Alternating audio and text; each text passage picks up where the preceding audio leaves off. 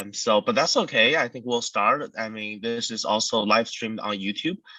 So, people can always refer back to this workshop. So if I could ask, Professor, if I could ask Mr. Jia, to open your camera and your mic. Hello, everyone. Yeah, hi. So Hi. could you say hi to everyone? Hi, everyone. Can everyone get me clearly? Yeah, I hear you perfect. Okay. Thank you, Yeah, Ethan. awesome. So once again, we're very privileged to have invited Professor Jia Dun from the Peking University HSBC Business School, and he is a assistant professor in economics and in entrepreneurship. And today he is here to share with us many, I guess, your advice to our economic students, and also, to better, I guess, inspire and encourage our students as they move on to university, and also post-university education and their career. So this should be a very informative and a very inspiring workshop, and we very much looking forward to it. And before we start, I just want to once again encourage you all to leave us comments and questions in the chat box. You can always private chat me, and during the Q&A section, we will I will ask on your behalf. So yeah, and I think Professor Jia, I think didn't we say we're gonna stop in the middle as well to answer questions? Yeah, that's Right. fine. So yeah, so if at any times related to the content, just feel free to type down your questions. But anyways, I won't take any more of your time, and I will hand over the floor to Professor Jia for his workshop. Okay. Thank you so much, Ethan. Yeah, thank you. It's my great honor to be here. So first of all, let me share my screen. I prepared some slides for everyone attending our International Economics Olympiad this year. Okay, so yeah, let me make it a full screen. Okay. Okay, can everyone see my slides now? Is that clear or? Okay, good. Okay, thank you, Ethan. Right, it's my great pleasure, and also it's my honor to be here to speak to most of you. You guys are selected. You guys are super brilliant, and also you make a very important choice in your life by attending this Olympiad competition. So that's why I think I'm old. So somehow I got the chance to experience a little bit more before you guys, then I can have this opportunity to share with you some insights and some of my understanding about the economics, about my career life, and I'm going to give you some general advice so as to better help you guys. If that really helps, I hope so. And also, as Ethan said, whenever you have questions, please feel free to stop me. You can leave me a message in a chat box, or you can ask me questions in the Q&A session. Okay. All right, let's get started. So my topic today is going to be about this introduction to economics research, which is roughly speaking my most of my job here at Peking University, doing academia type of economic research. So that's the key theme. I think it's going to be somehow relevant for our International Economics Olympiad.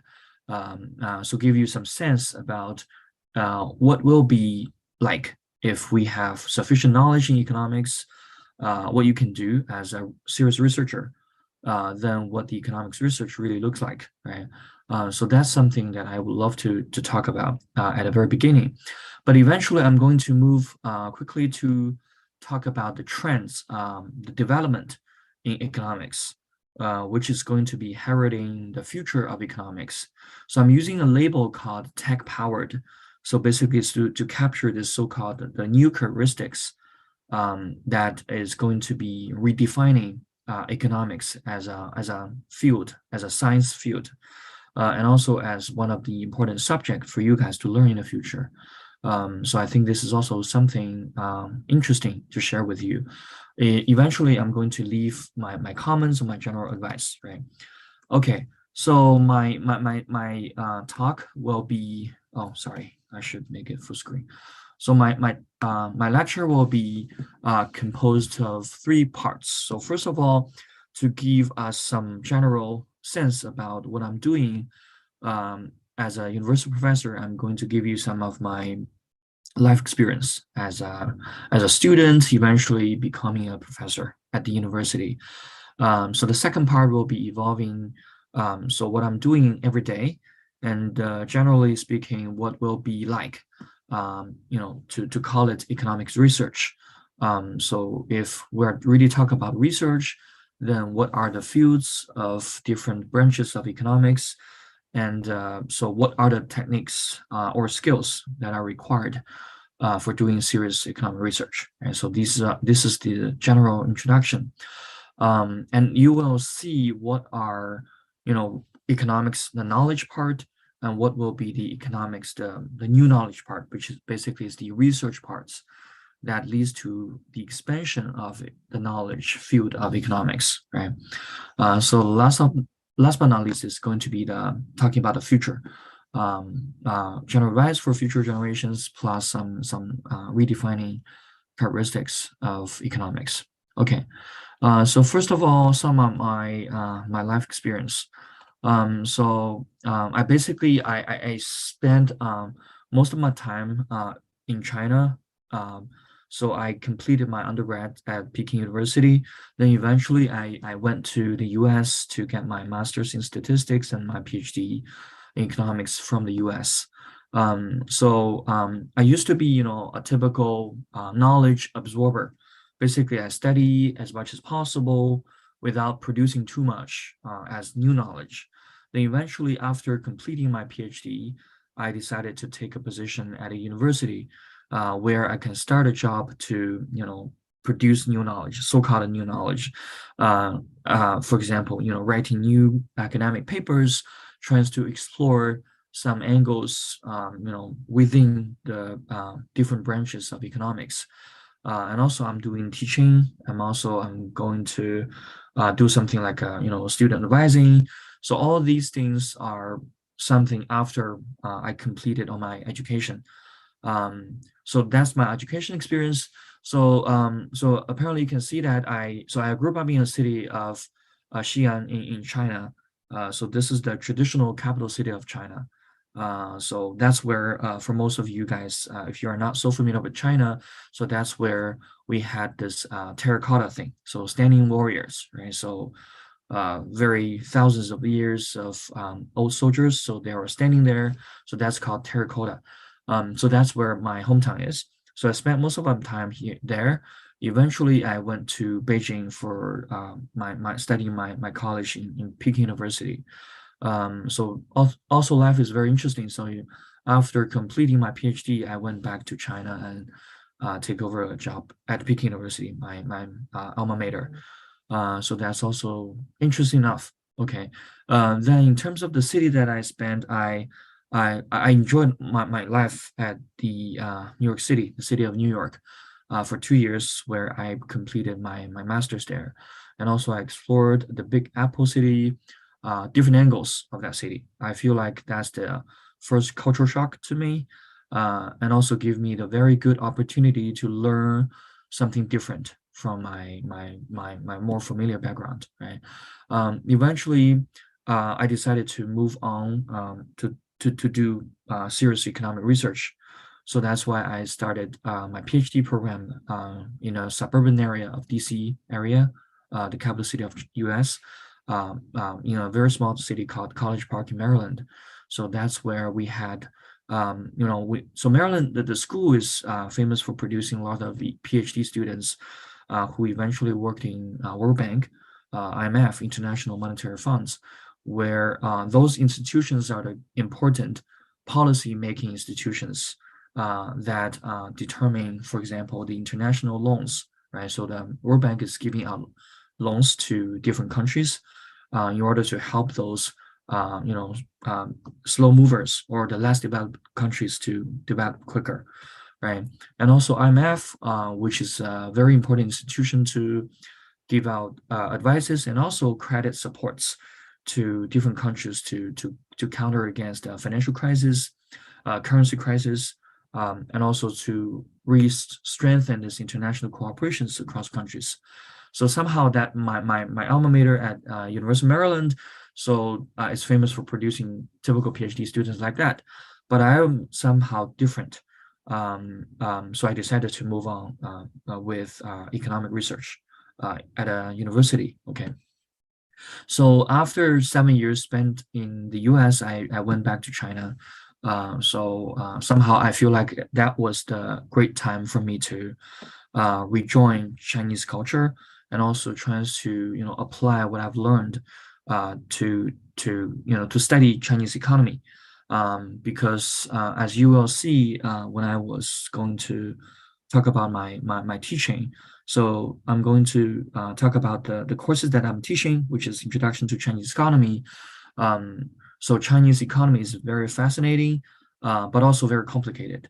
So that's why somehow I feel like it's my honor and also it's my great opportunity to combine what I've learned from the classic economics from the Western school with the true economic facts happening in China every day. So that's where I decided to rewind back to China, and also over these years as a student. So I took a few positions as either as intern and also before I'm taking a PhD program. So I also worked at Nielsen Company in New York City as a data analyst. So Nielsen Company, I used to work there as a data integration analyst. So that's the so-called the earliest big data department in the US across the country. So that's why somehow that's a very fascinating experience. I learned a lot about the data crunching, data analysis techniques, but somehow back then I decided that I should delve deeper in economic intuitions behind the data. And this is the part that I'm going to talk about eventually in the last few slides as general advice. So what we can make use of economics, right, to better understand the world. So as you can see that, so being a PhD student in Maryland, so I got the chance to work in World Bank for a short-term consultant, giving advices and giving policy recommendations to the decision makers there regarding this international trades relationships across developing countries and developed countries. That's also very interesting. Okay, so these are the snapshot of my experience. You can clearly see that I spent years in China and also in the US. I'm combining some different angles and different perspectives and knowledges so as to better shape myself, right? And also I take some opportunity to rule out the possibility that I don't like, right? For example, before I realized that I really want to be a professor or doing serious economic research, right? So I experimented a little bit as a financial analyst and also being a data analyst and also trying to be a policy consultant.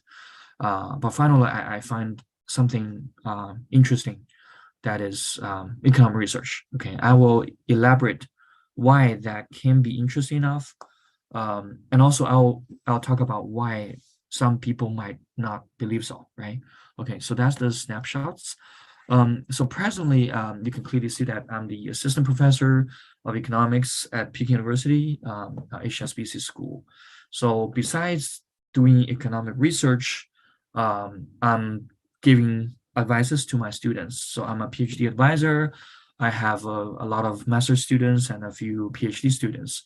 I'm going to basically, some of my daily routines is to make sure that they're progressing in a very good way so as to study well, and also they have good directions how to write their own thesis, right? As master thesis, as PhD thesis. So they have good sense of what they're doing. So that's the part of my job. And also besides student advising, I'm doing a lot of teaching.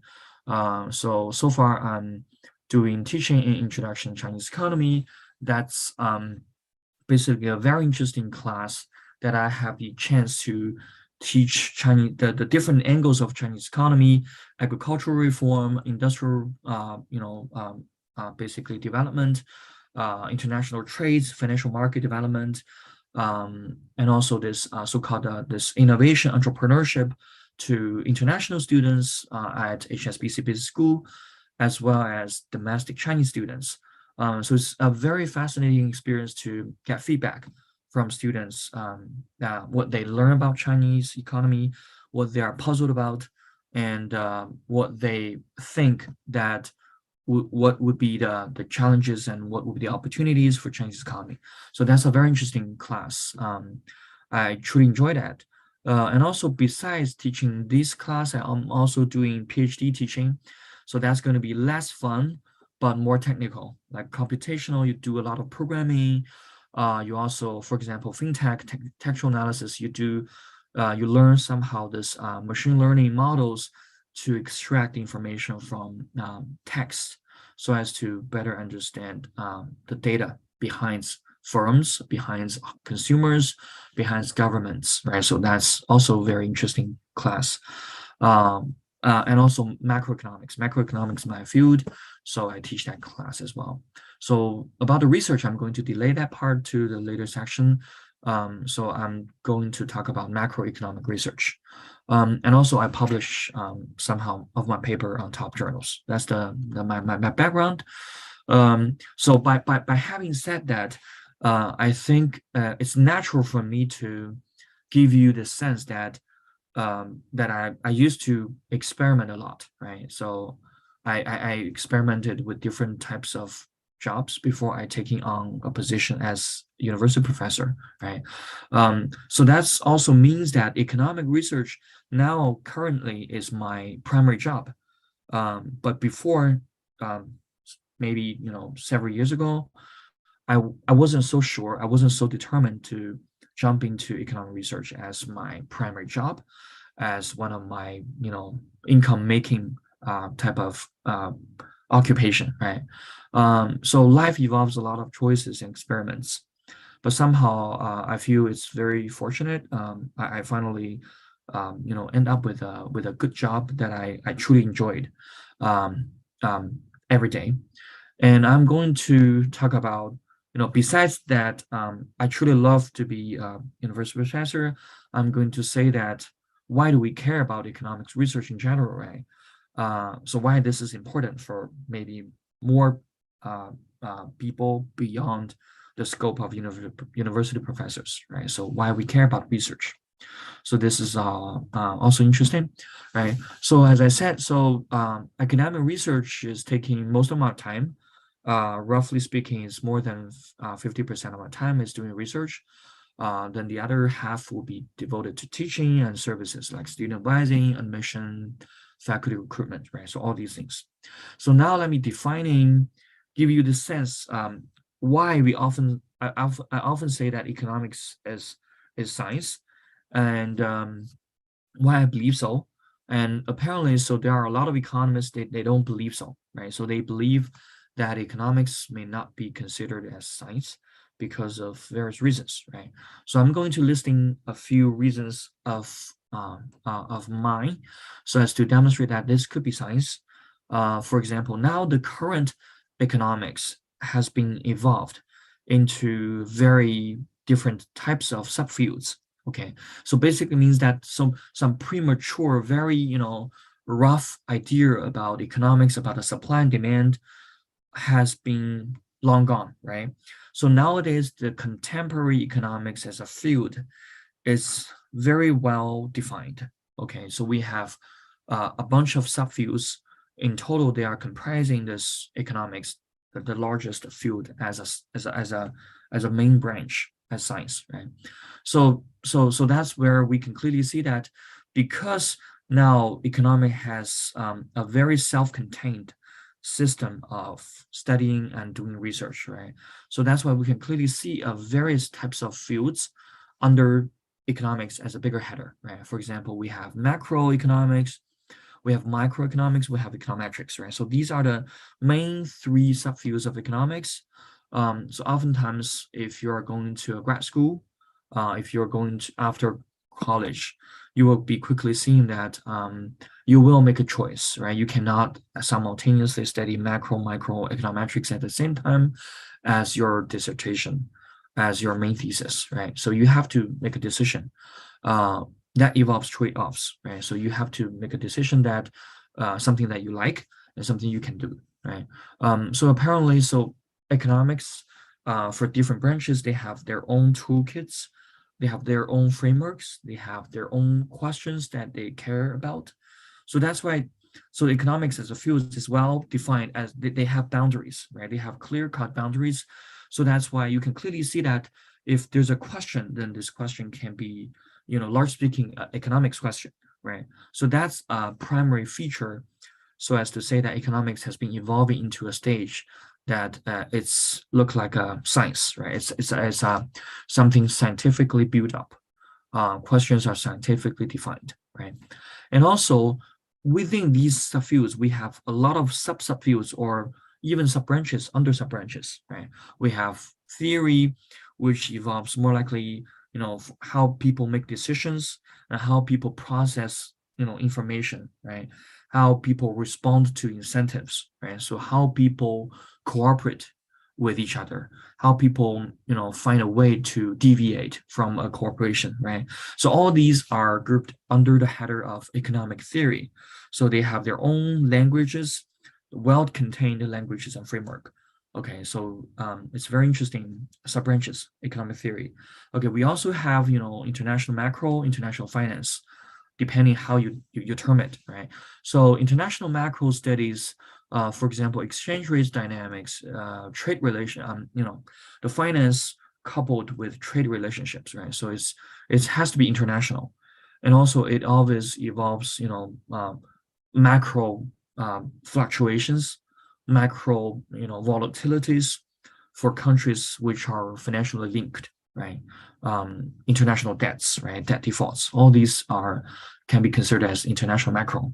And also two subfields that I'm really devoted myself into, which is monetary economics, which involves talking about monetary policy, the central banking, and also, for example, cryptocurrency recently, right? So how do we have designed a currency that is well accepted, and also it can implement the so-called monetary policy, interest rate adjustments, money supply, which is going to be helpful with this economic stabilization, right? So these are monetary economics.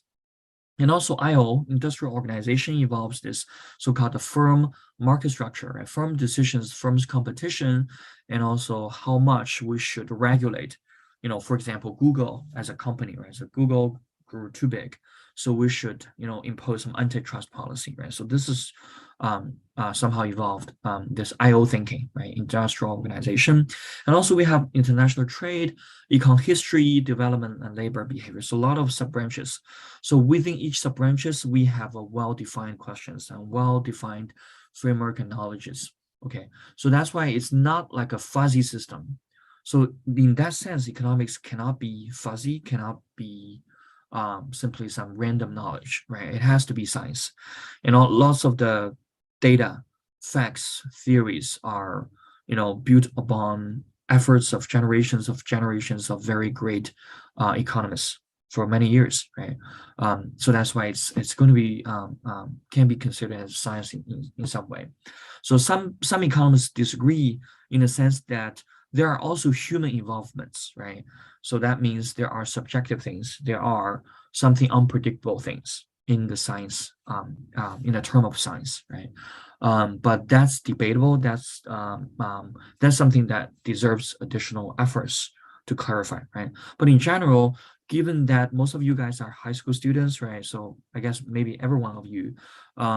So that's why your view of economics would be very advanced, right? So you don't have to develop your own theory from nothing, right? So a lot of well-established theories, a lot of well-established facts are there. So that's why your thinking will be built upon these things, right? Then eventually you will be better prepared. then do your own thinking, then be critical, be creative, eventually develop your own things, right? But so far you start with something well established, right? So-called economics as science, right? And in terms of the methodology to think in terms of economics is that you are going to use a lot of math, you're going to use somehow statistics so as to derive some beautiful equations, some very well-defined formula so as to demonstrate your idea, right? Maybe consumption will be affected by, for example, trade relationships, right? Anti-globalization, right? Uncertainty, right? So you will have some beautiful formula written down, derived, then that's going to be guiding you with economic thinking, right? So that's part of the theoretical parts. And also we have the so-called empirical parts, which is, you study a question, then you need to study data, right? You see this so-called the time series data, right? US Federal Reserve is changing its interest rates, right? That changing of interest rates will have a greater impact, not only for the US domestically, but also for a lot of countries nearby and also even for China, right? So you have a lot of everyday real-time data for you to digest, for you to process, for you to get some sense out of it, right? So that's a way of doing empirical studies. So eventually economics is not going to be only about formula or isolated with data, right? It has to be combining both facts, which is from like data, and also thinking, right? Rationals, thinking with logics, right? Eventually, these things are combined and intertwined, then reinforcing with each other, right? Then that's going to be shaping and pushing forwards economics as a field, right? As a science, right? So that's something in general, which is going to be very interesting. Okay, and also, so having said that, right? Somehow I feel like for high school students, you are going to know that because economics now is very sophisticated and very well established, right? So somehow when you are jumping into this field, you probably start with being an engineer. That means that you follow some procedurals. You prepare yourself with well-defined languages, right? Then you get as much as possible of your own know-how. Then eventually, when you are ready, you are going to produce something new, right? But before producing something new, as engineer, there are some skill sets I think as of now for you to understand whether or not eventually you will be jumping into this field, right? For example, you need to know math for sure. That's going to be helpful for you to have some theory, right? For you to have some predictions. That's the math part. And nowadays, economics as scientists, as a science that often see interactions with computer science, right? So nowadays, because we're in a world of big data, right? So for example, some platform is going to be giving out bank loans, so-called financing supports to a lot of firms, right? A lot of firms. So everyday transactions will be converted into a large sheets of data, right? So that's so-called the big data world. So a lot of data needs to be analyzed, right? So that involves computer programming, computer data analysis, right? So all of these programming analysis should be coupled with mathematical thinking, statistical derivations, right?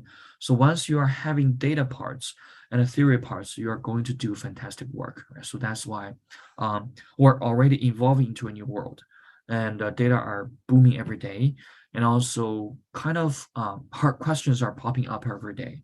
So that's where you should be prepared for computer as well, right? And eventually, as high school student, you are not required to write, super brilliant, right? Super fantastic, paper or piece of writing, right? But eventually, if you really wants to be a good economics thinking, right? You want to be an economist, either academia economics, or you want to be a professional economist, right? So you should write well. That means you should have a good logic. So logic will be directly derived from math and programming and also economic training, right? But plus, you also need to convert your logic into writing, right? So there will be audience, regardless whether that's academic audience or it's more like a general audience, right? So audience, they need to read your lines of writings. So that also means that you need to have a good command of your languages, right? Especially this is important for foreign students because so nowadays, so the world is interconnected, right? You cannot simply write everything in your home languages without communicating with the other parts of the world, right? So that's why for foreign students, the standard practice is to write in English. That's going to be generating general impacts and influence. That is going to be aid international communications, right? So writing skills are very important. And eventually you will be trained with presentation. So that's why as high students, take every single opportunity as much as possible to present something that you have in your mind, right? It does not have to be economics. It can be something, relevant, can be something as long as it's logically structured. So you should find a way to structure your logic and present that in a very concise, very consistent, very structured way, right? So with good a question and how you approach to that question and how are you going to, anticipate the reactions from the audience, right? So you need to be very prepared for doing presentations. So that's going to be good for you eventually to present something seriously economics, right? And eventually the social skills, right? So think about this. So if you're not going to be a university professor, right, you will be a financial analyst, you will be a data analyst, you will be a policymaker, right? For example, right? So eventually you'll be interacting with a lot of people, right? A lot of people, higher ranked, lower ranked, right? Peer ranked, right? So different ways of people and different people with different backgrounds involves a lot of social skills, right? You need to communicate well, right? To deliver the message from your mind, right? And also you need to well receive the message and information from the others, right? So that's a way to reinforce this communication, reinforce the efficiency of information flows around you, right? That also helps you thinking, right? Helps you to think clearly, helps you to better present in the next stage, right? So that's why social skills are very important and also helpful for you to climb the ladder of your social status, right? So this is very important. Okay, skills required. I think it's also very interesting to elaborate. Okay, and also since I'm going to talk about economic research, right? So I wouldn't bother you high school students. But I'm going to give you some procedures, so to give you some sense that maybe this logic of doing economic research also applies to other subjects, right? And also especially for you guys who wants to continue with your life from into a different tracks, right? You are doing science, you're doing purely math, right? You're doing literacy type of related subjects, right? But somehow there are some procedures that economic research shared from other science, right? Which is going to be, very good for common goods, actually. So you follow this trend, you follow these procedural thinking, somehow it's going to be helpful, right? For example, whenever we want to approach an economic question, for example, how much the interest rate changes would affect this domestic inflation, right? So if you are curious enough recently, so you know that for the US and also for a lot of European countries, and even for East Asian countries, right, the inflation is super high. That means the prices are keep going up with somehow a very robust trend, right? So that's something worrisome, right? Something concerning to policymakers across the globe. So that's why we need to find some important question, right? If you're doing economic research, if you want to answer a question related to economics, right, you need to find something important with a good motivations, and also you need to justify somehow why this question is so important, right? Somehow a question can be interesting enough, but an interesting question may not be important enough for us to really decipher or really jump into, right? So that's why if you're doing academic research, so finding a good question with good motivation and demonstrating that this question is important, that we care, this is also very important, right?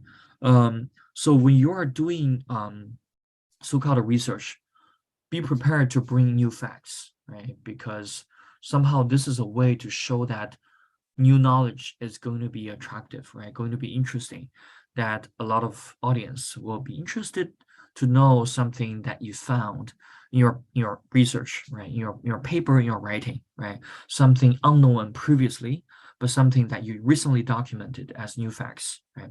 And also sometimes if you're an economist, you also need to provide rationalization. You need to explain things well, and also you need to, trying to help the audience understand as much as possible why this is somehow I lost the track here. Oh, okay, here we go. I see one question, so hold on for a sec. Let me complete this slide and I'll jump to that question, I guess. Okay, right. So once you document some facts, right? So you also need to explain. A lot of time you can clearly see that on a newspaper, on a general writing piece, right? You oftentimes see news reports, right? A news report is actually somehow different from economic research or serious research, right?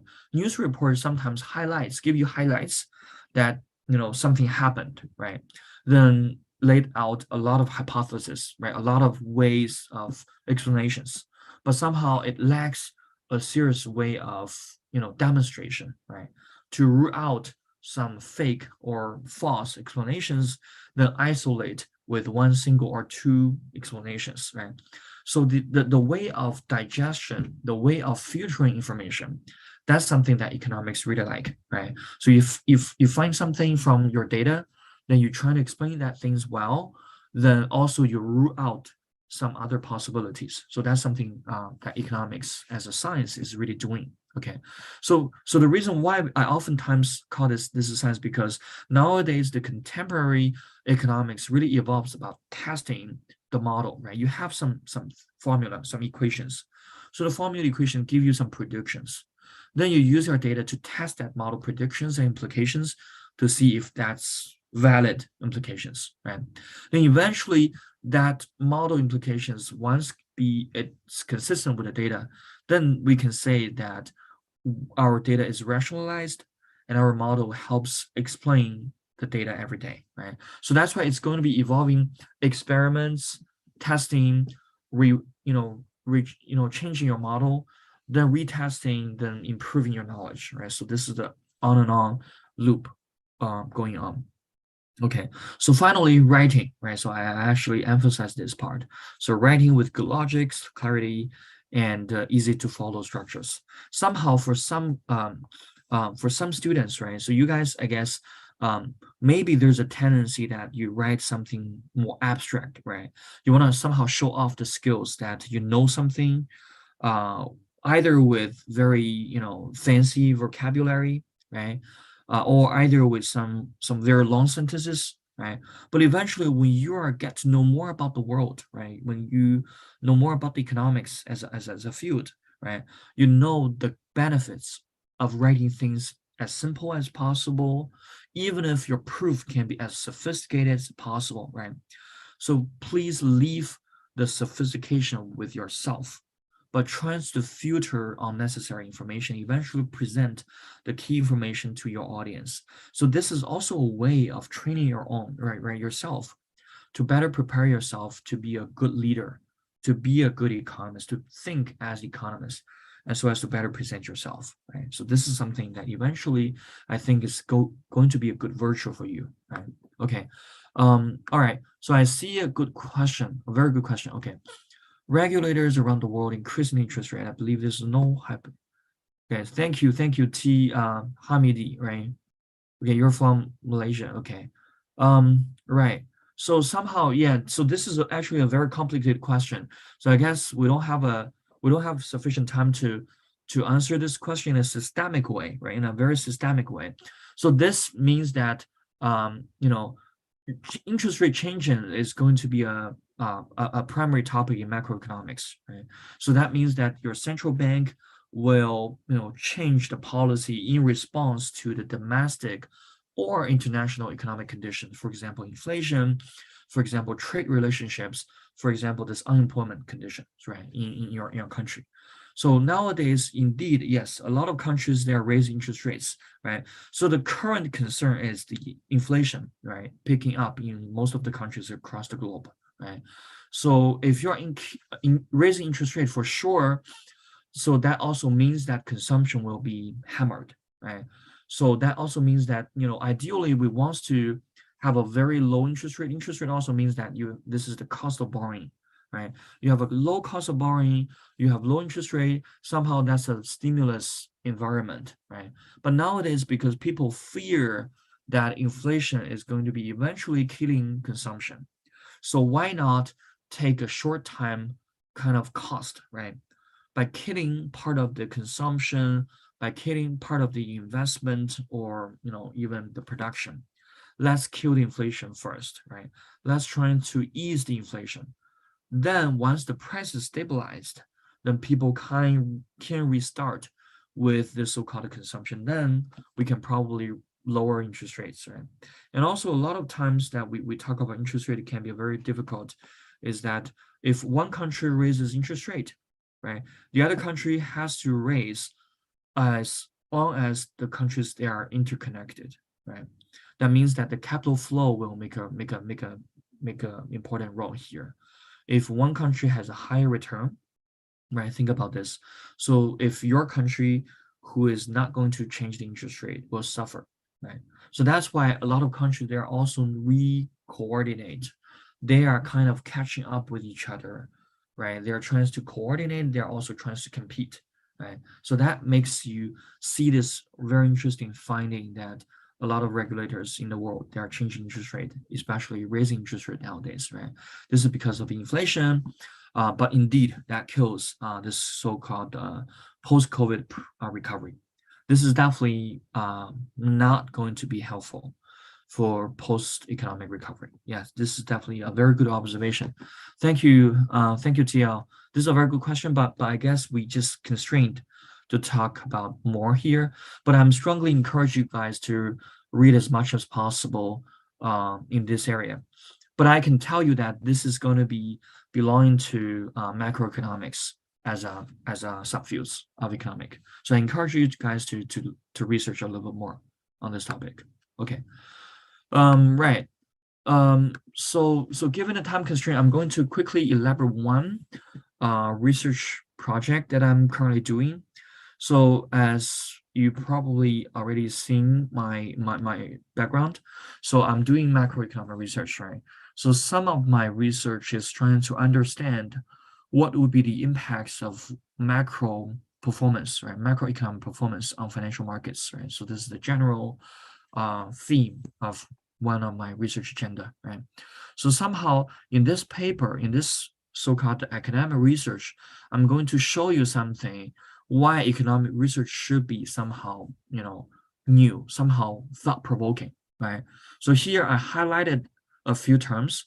For example, I documented that, somehow, you see this Federal Reserve as central bank temporarily, they are raising interest rates, right? So interest rates are different this month relative to previous month, right?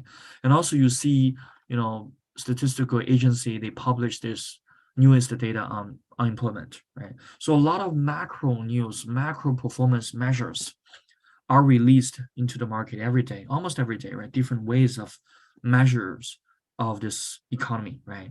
So the financial markets, they're responding, right? They're trying to incorporate the macro performance into valuation of assets, right? In particular, in this case, we're studying stock markets, right? Stock markets is the valuation of stocks, right? In response to various cash flow news, discount rates news, right?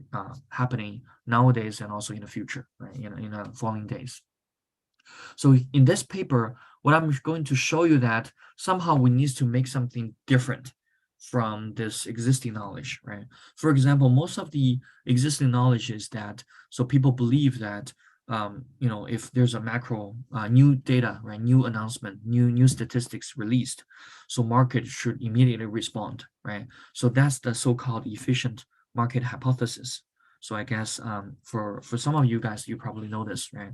Efficient market hypothesis. So market is very efficient. So whenever there's some news, it quickly internalize that news, right? But somehow what I'm finding using my study setup is that if we're looking closer at those macro announcements, right?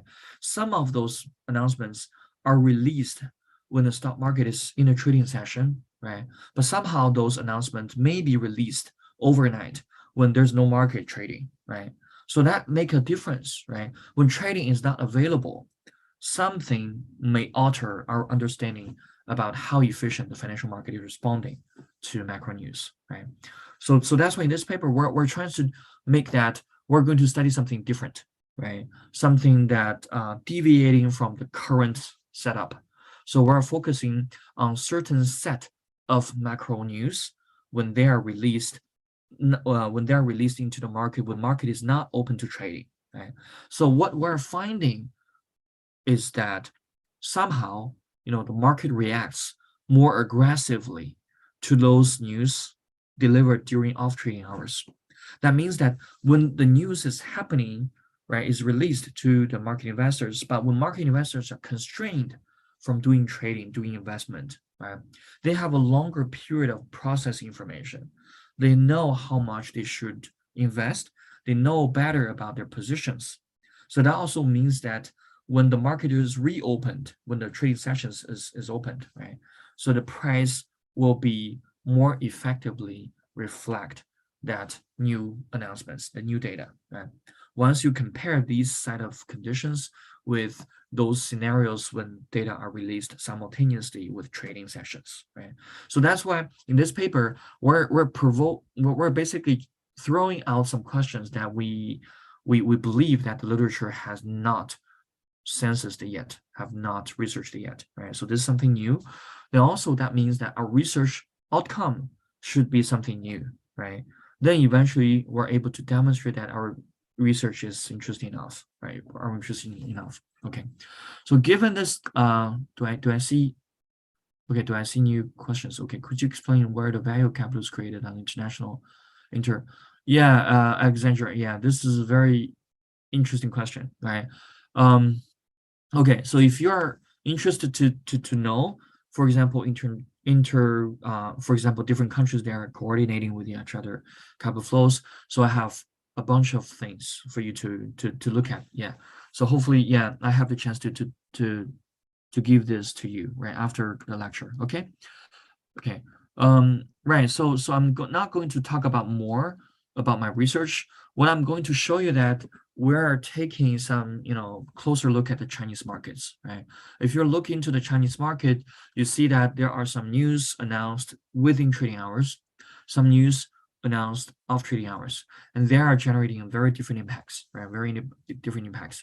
So this is the part that I'm going to show you that I find something new, right? So when market is reopened, so the reactions, the aggressiveness of market reactions to those macro news are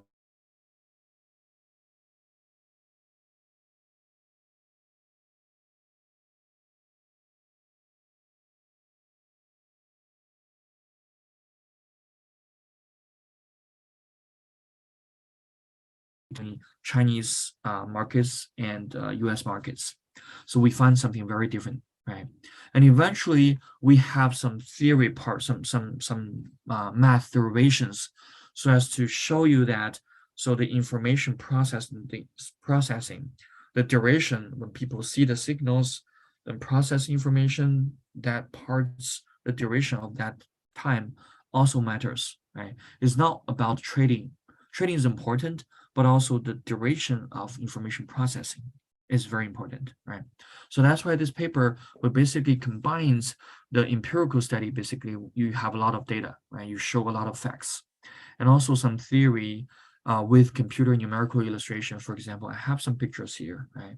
So we do a lot of numerical studies by using some program to simulate if a news is released in trading hours and a news released outside trading hours, then we're going to generate a very different outcomes, right? So as to make sure that our model and our data are consistent, right? So this is the whole thing that I think is going to be related, as an example, related to what I'm going to, what I had show you, that economic research is going to be sophisticated. But when I show you these pictures, it has to be as punchline as possible, right? But again, right, so you need to read the paper, you need to prepare yourself with more knowledge about the existing, the current knowledge, and why this new paper or this new research differs with this existing research, right? So this is the, but it's good to guide you through this process of doing research. Okay, so last but not least, I'm going to give you some hints, right? So the economic has been evolving very differently now. Okay, so for example, so as we already said something, right, about this raising interest rates across countries, right? So that's indeed is a challenge, right? So this related to the third bullet, that nowadays the economic system across countries has been becoming more complicated, right? So that also means that economics as a field needs to be developed further, right? So the toolkits needs to be developed further for you to better understand and for you to better give out policy recommendations, right? For example, nowadays a lot of countries, so it's relatively harder for you to decompose what's the real side of the economy. Real side means that you produce some good, right? You consume some good, you invest something, right? So the physical investment, right? It's really hard to differentiate whether that's real or whether that's technological or that whether that's financial. For example, shadow banking, right? You have very complicated layers of financial relationships, and also you can hardly see what's going to be the underlying assets after multi-layer structures, right? Whether the fundamental asset is a real thing, for example, like a land, housing, or it can be a cryptocurrency, right? Or can be somehow Bitcoin, right? So everything can be very hard to cleanly separate the channels and links among different market participants, right? So that means that our system has been evolving into a stage of super complexity, right? So that also means that our theory, our data has to be evolved so as to better understand this, right? And also we have this so-called tech-powered process of, having this GDP, right? We have big data, we have cryptocurrency, we have fintech, people use information to price discriminate you, right? So your classmate probably got a cheaper, hat from online compared with you, right? Because you have a different social status, because you have a different consumption habits, right? Because you probably borrowed before, right? Lots of information can be internalized so as to make a new decision. So that's the so-called fintech world, right? You also have AI, right? You probably call a service center. That's not going to be a real person talking to you, right? That's going to be a robot, right? Why there's a robot? Because robot may consistently make fewer mistakes compared to some random people, right? Recently hired people, right? So this at least there are some benefits from introducing AI, and also can be operating cost benefit, right? You have a lower operating cost than paying people every month, right? So you have a lot of things happening, and also virtual reality, metaverse. So these are a very new things, right? So they are also changing how we view economics, how we view the process of generating GDP, right? For example, even in China, right? So we have a large industry from internet, right? We know that this is internet industry. So for example, some 3D game, right? The game industry is very fantastic and also a very profitable industry in China as well, right? So people are immersed themselves into virtual reality. They consume, they make friends, they have a lot of kind of, kind of replication of your real world in that virtual reality things.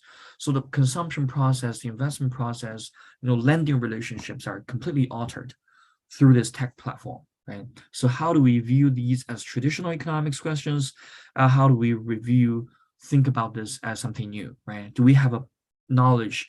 Do we have that right toolkit to understand these things, right? This is a question for you guys, right?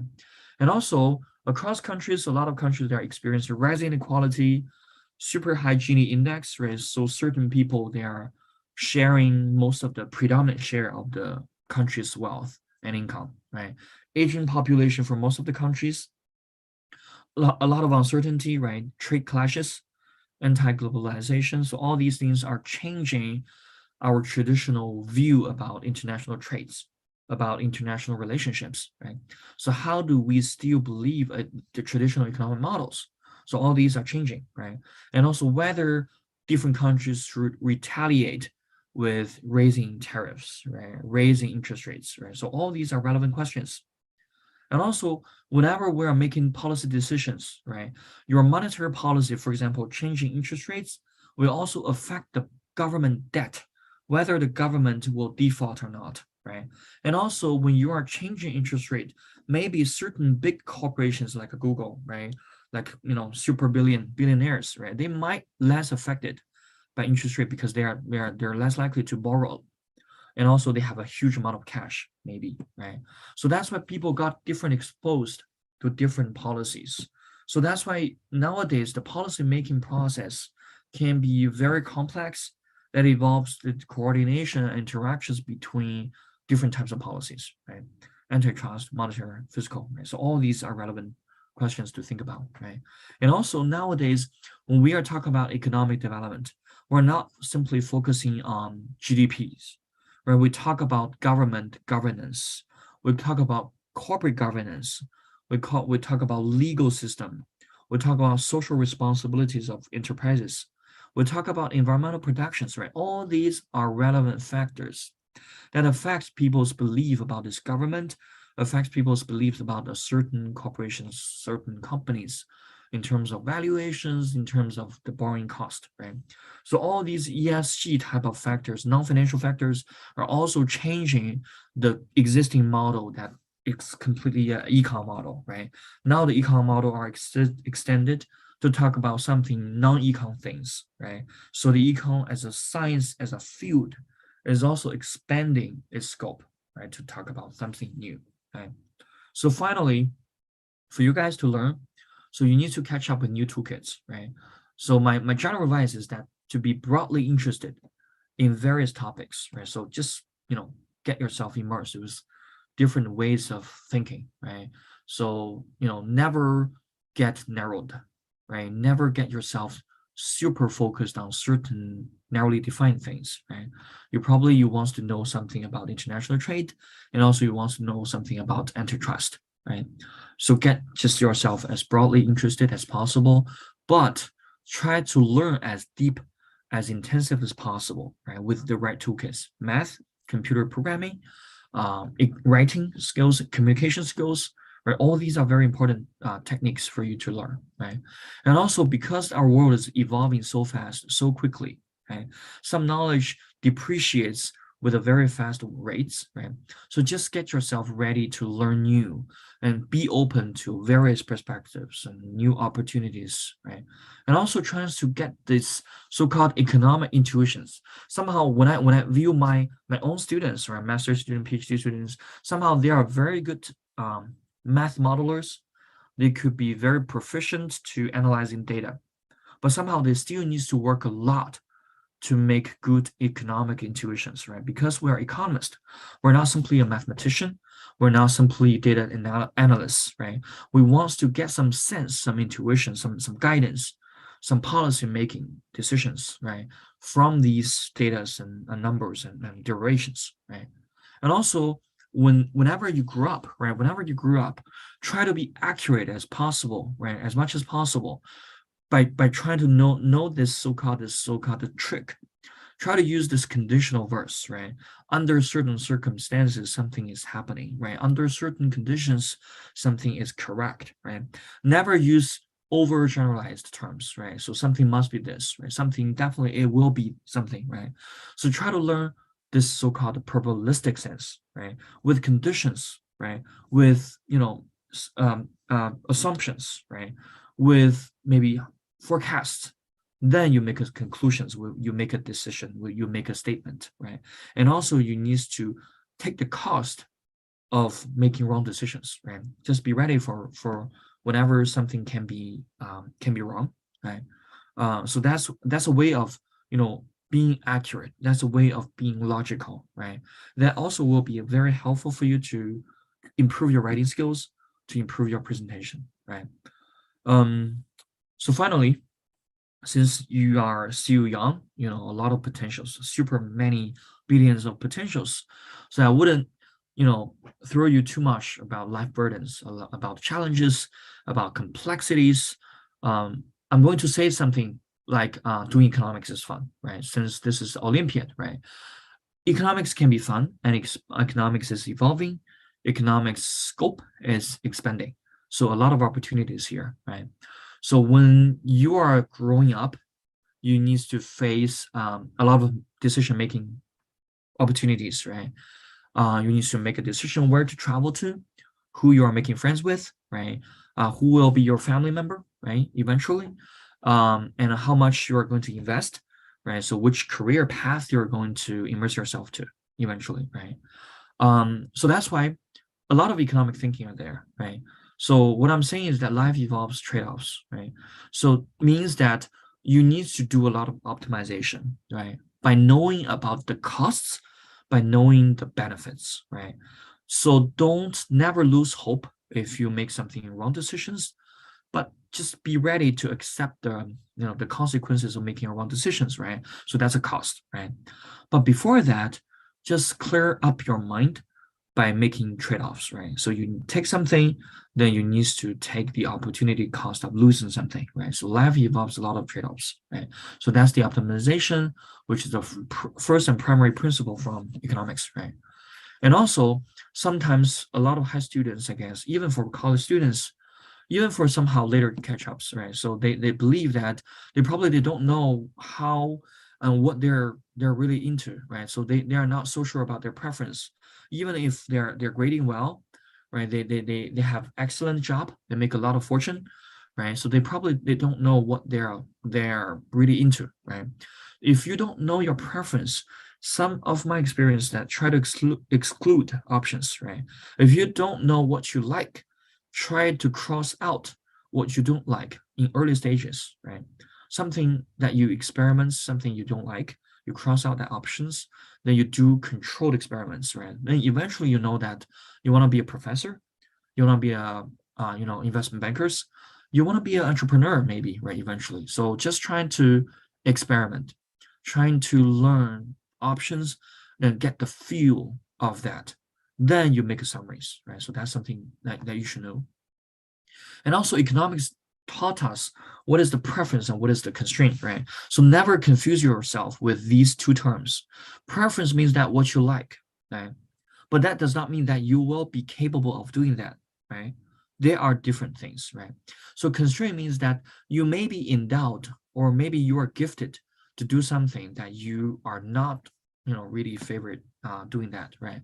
But you need to make a difference, right? So try to make a coincidence that you something that you really like and also something you excel, right?